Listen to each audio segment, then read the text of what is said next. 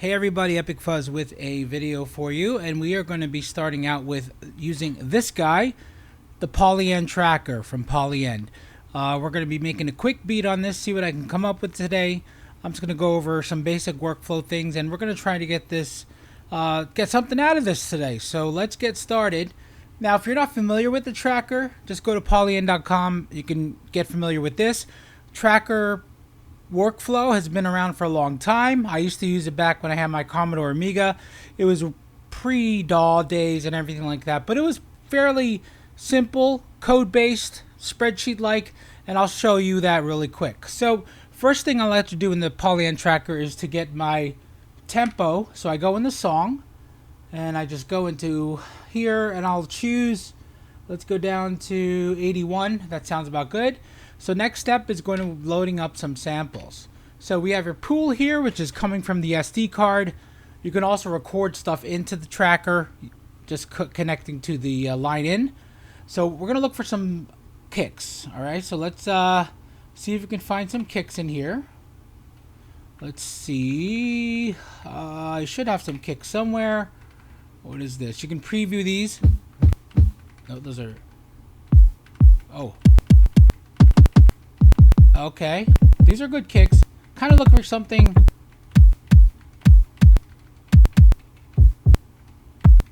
Kind of like that one. So what I'm going to do is I'm going to go to an open space. I'm going to import that kick there. So now we're going to look for a snare to go with this. I kind of was looking to do maybe a chill beat. I don't know what this stuff is, but let's see. Oh, that's not a snare. No, that's not a snare at all. Oh, more kicks. Or snares. I think I'll go with this one right here. So go to an open space, and then we'll import that right there. All right, so we have a kick and our snare. So what I like to do next is I like to go and lay down the kick and snare. So go to pattern, which gives us the grid view. And this is where the spreadsheet kind of view comes into. It gives you 4 tracks, 4 out of 8 tracks. You can actually go to a wider view to see 8 tracks, but 4 tracks is actually perfect because it gives us the more information in this. So first you want to set the length of this grid. So we're going to go to I guess we'll keep it at 6. We'll go to 64. How about that? 64 steps is a good number. All right, and if you remember, the kicks and the snares were here. So I just go to instrument, and I'll go up. You can hit record mode. I'll go up. There is the snare, and there's the kick. So all I have to do right there is where the kick is. I'm just going to play it manually. And there's a couple ways you can do this, but I'm going to play it manually. So I'm going to lay down the... let me make sure the metronome is turned on. Let's see. And it is on, yes. Alright, so go back here. So I know the kick is right here, and I'm going to hit record play, and we're going to start. There's a count in. Here we go. Oh.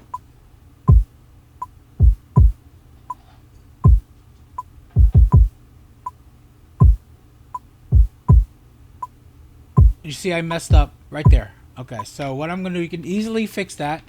So what you're going to do basically is go in the record. You can copy, right? And then delete. And you can put it wherever you want. It should go here. So hit shift and copy, which is shift and paste. And it's right there. And there it is. Let's hear. There, it's much better. See? So now we're going to go to the second track, and I'm going to lay down the snare.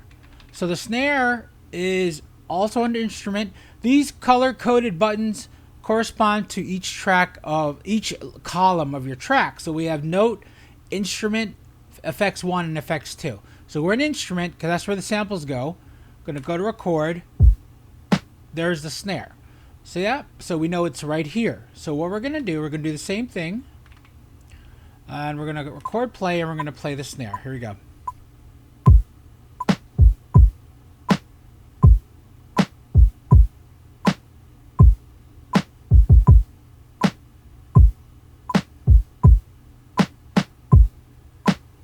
Okay. I think I did that right. I mean, it's a pretty simple pattern. So I'm going to turn the metronome off. Go back here. Okay, so now we're going to get to our samples.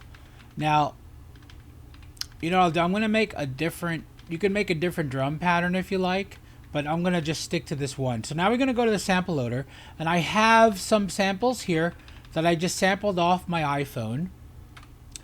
I don't know if I can play these due to copyright, but you can preview the samples here.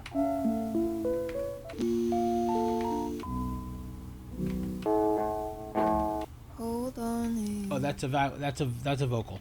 So I'm gonna do this first one here. So we're actually gonna load this up into sample editor, and here you can do different things. You can normalize, crop, reverse. I'm gonna normalize this by just hitting select effect, and I'm gonna bring this down because it's pretty powerful. We'll probably go up to 4850. We're going to apply, and there's that. So you go over to sample playback. Now this is where how the sample plays back. You can do it as one shot reverse. You can do a slice. You can do beat slice. You can also do granular and wavetable and turn to a synth that way. We're gonna just do beat slice. And what I would like to do, again, there's a few ways you can do this. You can manually slice it, kind of like how the MPC and the SP workflow does. But I'm gonna actually do this auto slice, but I'm gonna do it in equal divisions. So when you're in beat slice, you hit shift, and it says right here at the bottom, number of slices and equal slice. So 8 is good, and I'm gonna hit equal slice and then confirm, and there are your slices. Now, I normally always have to adjust these, but let's just see what it gave me. Okay, so I'm going to just adjust these real fast. I'm going to speed through it just to get my starting and end points. So all you do is go to the first slice. You can zoom in here. All right, we're going to go to slice number 1, which is right there. I'm going to just move the starting point in a little bit. Okay, then I'll go to slice number 2, which is right here. I'm going to move that right here.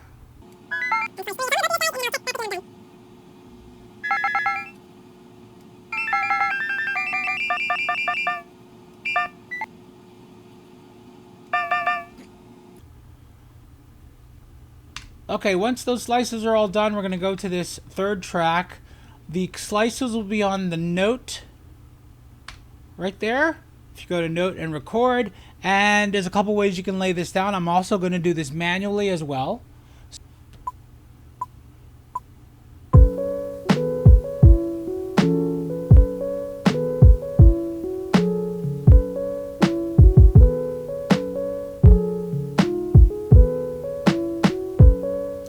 It's a little bit better.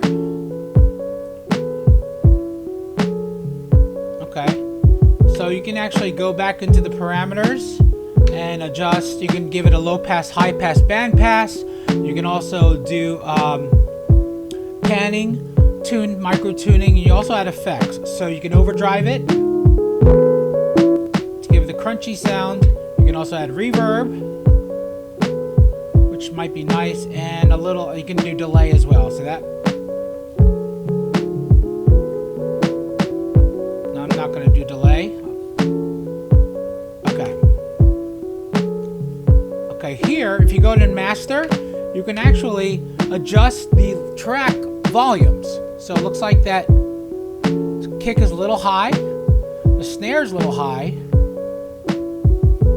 I'm gonna bring this down a little bit, because I usually like to having my kick just a little bit above the actual sample. Okay. Alright, so another thing we can do with this, we can add an effects. So the great thing about the Polyend Tracker is the fill feature, which is huge. It is, when I saw it, I didn't know of any other device that had the fill feature, but when this had it, I'm like, whoa, this is pretty cool. So you're gonna go to the third lane, which is the effects. See that? Gonna go to record. So to have the to have the fill feature work, you have to shift select all of the spaces or all of the places where you want the fill to happen, and then you go to fill, and here are all the different parameters for fill. So I usually do each note, but you can do, you know, no note, no effects. I usually do each space. Step meaning a fill will hit on each step, or it can hit on every second step, or every third, or every fourth. I'm going to do every second. Here we're going to do, you can do all different types. There's so many different things. You can actually pick certain effects to fill with, from volume to panning to reverb. I'm going to do random effects. And here we're going to do from and to. So it'll be random. So it'll be random from effect 0 to, I'll say maybe 14. And then once you have all that filled in, you hit fill. And there you go. There's the fill. So let's see what that sounds like.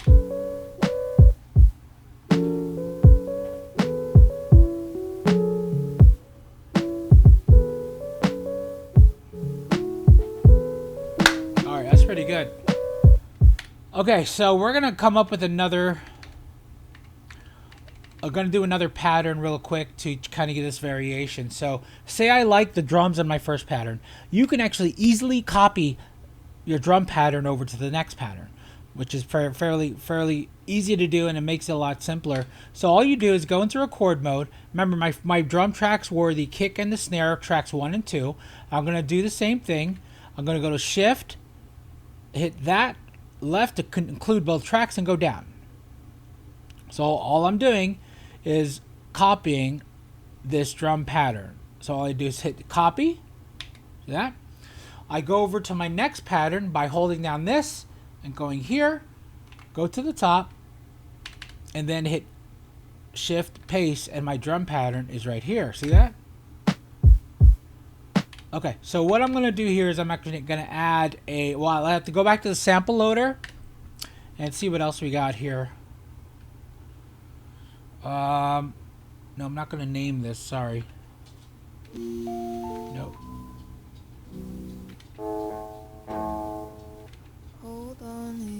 Alright, that sounds like a good one to do. It's like a little piano, so I'm actually going to go to the editor. We're going to normalize this first. Okay, and then we're going to slice this. So we'll go down to sample playback. And again, the process is the same. There's a lot of other ways you can do. You can reverse, you can do things like that, but you can also reverse it in the effects. So don't think that if you didn't do it here, do it here, you're lost it because you didn't. Okay, so we're going to actually do the same thing. We're going to go to beat slice. And then we're going to hit shift, 8 equals parts, slice, confirm, and it's done. Alright, I'm going to go and edit these start and end points real quick, and then I'll be right back with you.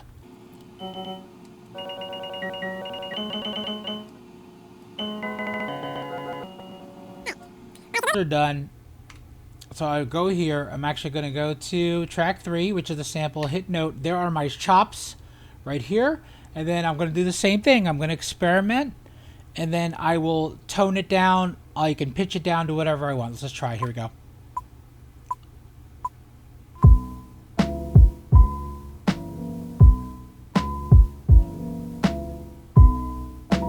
Whoop. You see I make a boo-boo there. So if you hit two at the same time, because it can only squeeze in one note on each space, it's going to push it to the next track. So I'm going to actually erase this because I don't like that. Sometimes it works, sometimes it doesn't. I didn't realize that I did not set my length. You guys missed that? I did not set my length of this to 64. I kept it at 32, but that's fine. So we're going to do this again.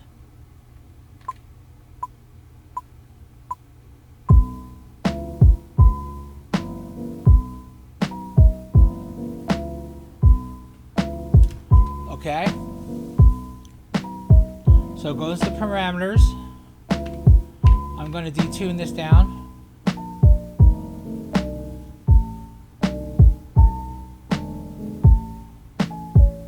And you can actually micro tune it if you want.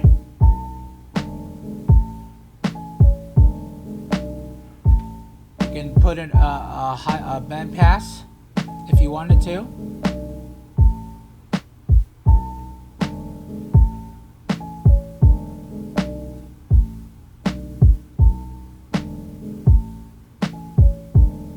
Okay, we're gonna add a little reverb and a little delay. Okay, gonna go back to the pattern and we're gonna check the master, the levels. Kick is a little high. The snare's a little high, and I just want that sample right below the kick at its highest point. You can also mute the tracks here, so you can go like this. Okay, so what I'm gonna do is gonna go back. I'm gonna add the vocal on this track, or the last track. So we'll go back to the sample loader. I'm going to load up the vocal, which is right here. It's gonna go shift down, and let's see. Phil, let's try something else here, just as a fun little test for everyone. So let's try. There's a gate length. There is a. I know what I like, the micro tuning. If I could find that. There's even a slice. So maybe let's do the slice. All right, let's do the slice, guys. We're gonna do. Let's do 4 steps and then fill. So let's see what that sounds like. Go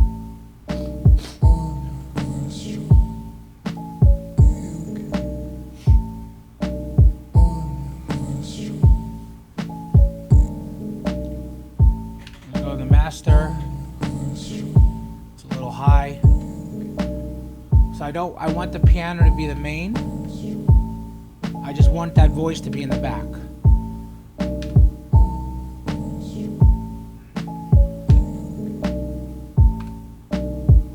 And you can always switch it to the first pattern whenever you want, like this.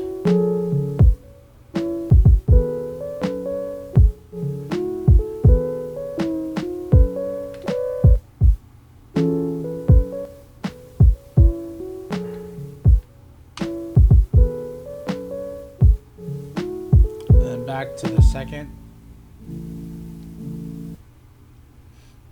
So guys, this is quickly how I made a beat. Then you can go from here. You can make more patterns if you like. Then you can go into song mode, which I might make a separate video about that, since it's a little bit more in depth. But that's how you start off and make a beat. You can play around with it. You can add more samples. You have up to 8 tracks you can add. I only used a few. So there's so much more that you can do with this. I love the tracker workflow. It's straightforward. It just, you put it in and you get what you get out of it, you know? Put the stuff in and what you get out of it. The controls are fairly simple, and it's good. You know, it's a good beginner workflow as well. So if you guys like this content, I'm going to be doing a whole series on this, Polyend Tracker and some other devices. Please comment and subscribe, like the video, and let me know if you have the tracker, or if you're looking to get one, or if you have any questions. Just put them in the comments, because I'm going to try and get to answer each and every comment. That's one thing I want to try and do as I'm restarting Epic Fuzz. I want to be able to be there for you guys and have more interaction with everyone, and hopefully we can all be help out each other and share some ideas and tips and tricks. So make sure you like and subscribe, and I will see you guys with the next video. So I'll see you. Hopefully I'll have a schedule soon, so I'll have that up too. So you'll be seeing a lot of these type of videos on the channel, and I'll catch you later. Make sure you go eat some lunch. Bye.